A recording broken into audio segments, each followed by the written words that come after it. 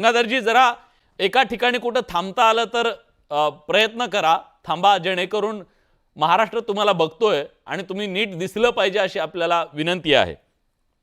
आणि या चर्चेच्या सुरुवातीलाच सगळ्या पाहुण्यांना माझी विनंती आहे, हा महाराष्ट्र आज ज्या दिशेने चाललाय ना, टीव्हीच्या माध्यमातून, सोशल मीडियाच्या माध्यमातून नेत्यांची जी भाषा सुरू आहे ना, ती तुमची बाहेर कुठे ठेवली तर चालेल, पण बडे मुद्द्याच्या या व्यासपीठावरून कुठलीही शिवीगाळ, एकमेकांना अपशब्द, जातीय द्वेष वाढेल अशा प्रकारची भाषा चालणार नाही.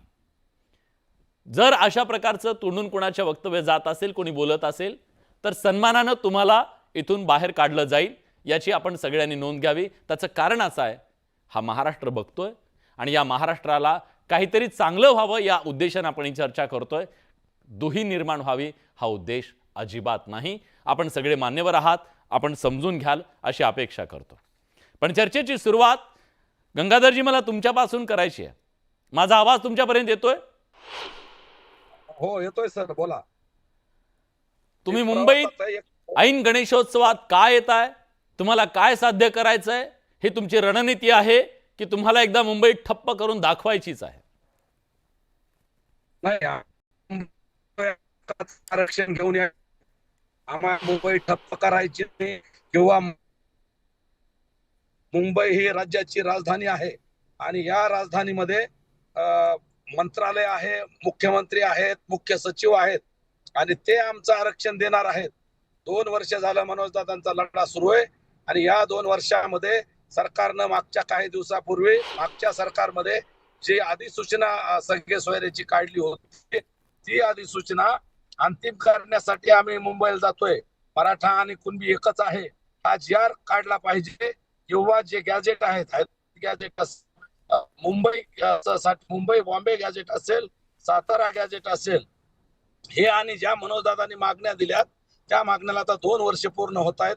म्हणून त्या पार्श्वभूमीवर आम्ही 29 ला मुंबईला येतोय. अन्यथा गणेशोत्सव आहे का नाही किंवा कुठला उत्सव आहे का नाही हे 3-3.5 वर्षापूर्वी मनोजदादाच्या कुठल्याही ध्यानीमनी नव्हतं.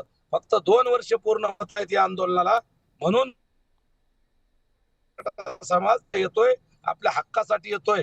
गणेशोत्सव असला तरी आमची त्रास होणार नाही, आम्हाला एक वेगळा मार्ग द्या असं मनोजदादांनी सांगितलंय.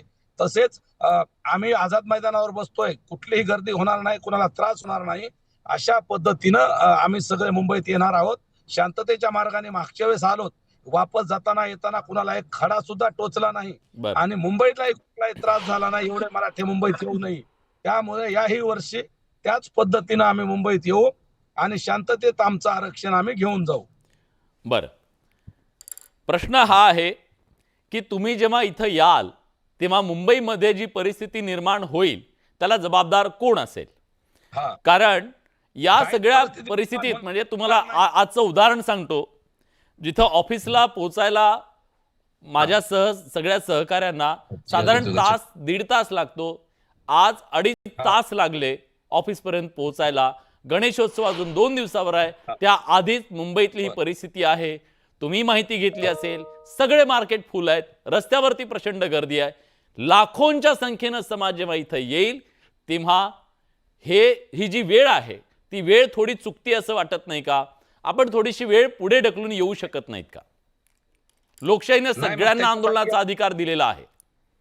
त्याच्यासाठी एक पर्याय आहे ना दादा, तुम्ही या लोकमतच्या माध्यमातून त्यांचे प्रवक्ते, तिथं कोणतरी आमदार साहेब आहेत, त्यांना आज मनोजदादाची प्रेस ऐकली असेल तर, किंवा ऐकली नसेल तर केनेकर साहेब म्हणून कोणतरी दिसत आहेत, आमदार साहेब आहेत, तर त्यांना विनंती, 2 दिवस आहेत अजून, परवा दिवसच्या अगोदर सगळ्या मागण्या मंजूर करा मनोजदादांच्या. आम्ही मुंबईला येणार नाहीत हे मनोजदादांनी सांगितलंय, येणार आहेत परंतु उदयाला येऊ असं सांगितलंय. मग त्याच्यासाठी लवकरात लवकर जर निर्णय घेतला आज उद्या 2 दिवसात, 2 वर्ष तर झालेले आहेत. फडणवीस साहेबाला सगळ्या मागण्या माहिती आहेत, ते कायद्याचे अभ्यासक आहेत. आधीचे मुख्यमंत्री महोदयांनी, ते आता उपमुख्यमंत्री आहेत शिंदे साहेब, त्यांनी ती अधिसूचना काढून दिली होती आम्हाला, ती अंतिम करा. मनोजदादांनी दिलेल्या मागण्या मान्य करा. आम्ही मुंबईत येत नाहीत. ठीक आहे, मी विचारतो संजय केनेकर आपल्या सोबत आहेत, भाजप